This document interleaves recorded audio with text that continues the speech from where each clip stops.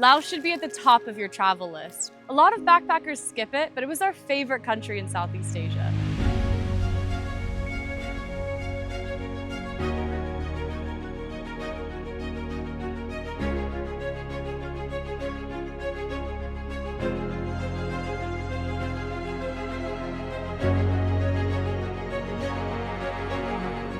We're Hannah and Gus, and we've been traveling full-time for 8 months.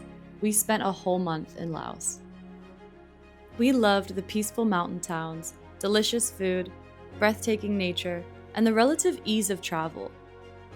If you're a traveler who enjoys big modern cities, you may want to skip Laos, but if nature is your prerogative, you've found the right place. We recommend spending at least 2 weeks in the north of Laos and a month for the whole country.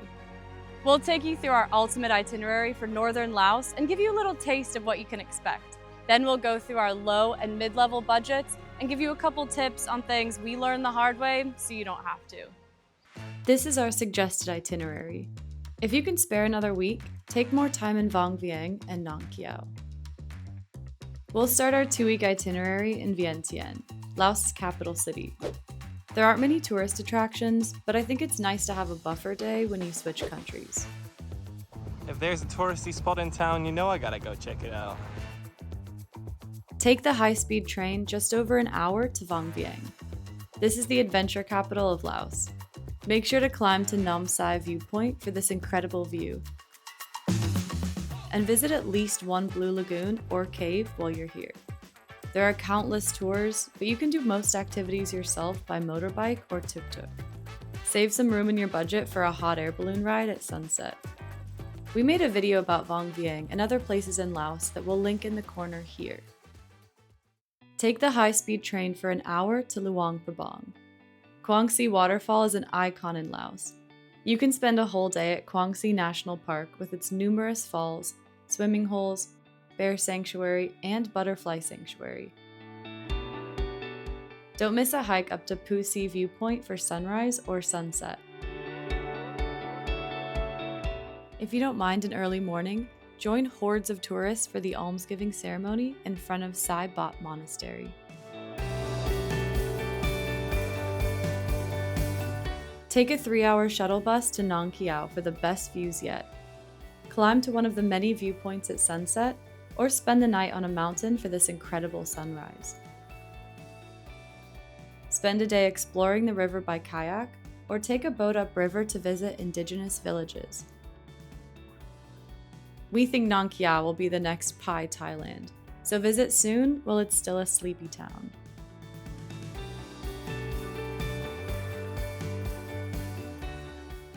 You'll need a buffer day to get back to Luang Prabang to buy your tickets for the slow boat.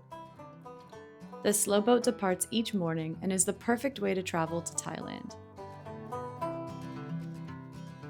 Spend one night in the small town of Beng. And if you're lucky, witness an almsgiving in the morning. Spend 2 nights near Huay Xai for the gibbon experience. Sleep in the trees with the monkeys and travel by zipline high up in the canopies. Now you can cross the border into Thailand. Alright, well that was the easiest border crossing ever. We didn't make it to southern Laos because it's honestly kind of hard to get to. From the 4,000 islands in the southern Mekong River to countless caves, waterfalls, there's plenty to explore. We'll definitely be back, especially for this cave right here.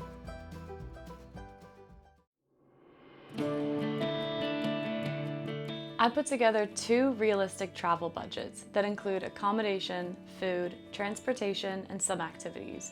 If you're a drinker, add a few more bucks each day. One thing to know, the rainy season is considered the low season, so prices will be much cheaper. Dry season is much more expensive, but the weather is better.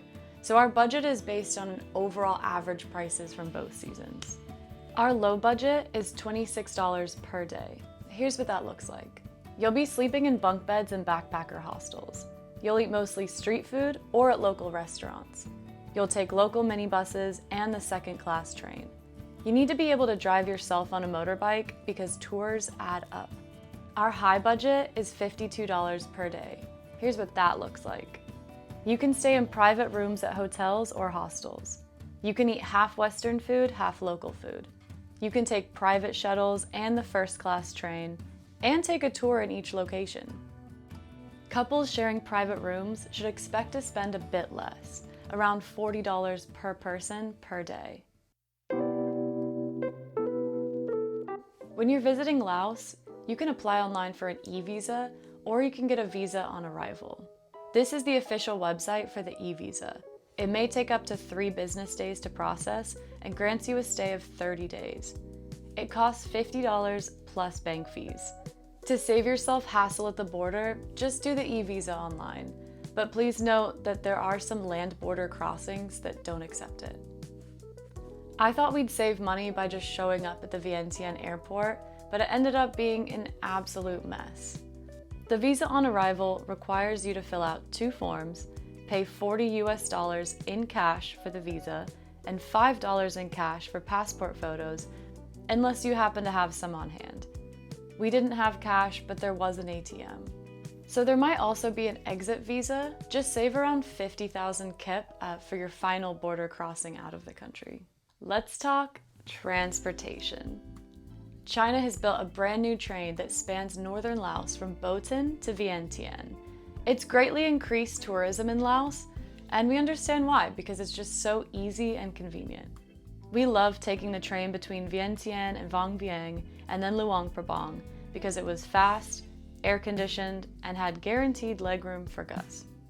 Second-class tickets can cost as low as $7, and the seats are still pretty comfortable. Second class was sold out for us one time, so we had to go with first class for $13 each. The seats were wider and very comfy. You can only buy tickets up to 3 days in advance, and they do sell out during high season. Foreigners can't book the train directly, so you have 3 options to book your tickets. Buy your tickets in person at the station, which is risky because they can sell out. Ask your Lao receptionist to book the tickets for you, or use this third-party website. We used this 3 times and it worked really well for us. There are plenty of tourist attractions not connected by the train, so get ready for a bumpy ride on a minibus or a shuttle. Local minibuses are the cheapest option, but you'll add hours to your trip picking up and dropping off people and packages along the way. Our best experience was with private shuttles that we booked through our accommodation. Unfortunately, Laos doesn't have Grab, so you're forced to negotiate with tuk-tuk drivers or rent a motorbike. Tuk-tuks can be expensive, so Gus finally learned how to drive a motorbike in Laos. It's the perfect country to learn. Laos is less densely populated than any of its neighbors, and it's not hard to find a sleepy street to practice. Gus has an international driver's license. Get one before you leave home. You can rent a motorbike without one, but you'll probably get some fines from police. The slow boat is a really unique way to travel in Laos. Seats on the boat are comfortable, and you have guaranteed bathroom access. All right, now let me dissuade you from taking one of the 24-hour buses to the border instead of the slow boat. Many of the sleeper bus beds look very wide like this one because they're meant for 2 people. If you're traveling as a couple or with a friend, that's not so bad, but if you're traveling solo, you might get a random person assigned to your bed. Not a good idea. Aircon will be blasting, and bathroom breaks are completely up to the driver. If you're over 25, just pay the extra $20 for the flight, or take the slow boat, depending on your direction. This close to the equator, there are only 2 seasons, rainy season and dry season. Rainy season is from May to late September, and dry season is from October to late April. The waterfalls will be at their grandest during rainy season, but the rivers will be this beautiful green color in dry season. We visited Laos in November, and it felt like the perfect time between seasons. We didn't get much rain, mostly clear blue skies. The waterfalls were still impressive, but the water was green, not brown. However, there is a huge plus side to traveling in rainy season. Everything is way cheaper, way less crowded, and there's no need to book accommodation ahead of time like you should do in the high season. Last but not least, let's learn some Lao. We're always really impressed with the English skills of locals, and it's actually really easy to communicate with hand gestures or numbers on a calculator like this. But it's respectful to at least learn hello and thank you. Hello is sabai, and thank you is kop chai. You can use this video to learn more useful words in Lao. Alright, a note on Lao versus Laos. So Laos is the name of the country in English, and Lao is the name of the country in Lao. You can use either version and you'll be correct and understood. It's like saying Germany or Deutschland. Both are right. Yeah, I kept going back and forth on which one to say because I didn't want to be wrong, but neither is wrong. I think I just want to be more correct in English specifically, so I'm saying Laos throughout this video, but you're fine either way. Congratulations, you are now fully prepared to plan your trip to Laos. Please feel free to ask any questions in the comments.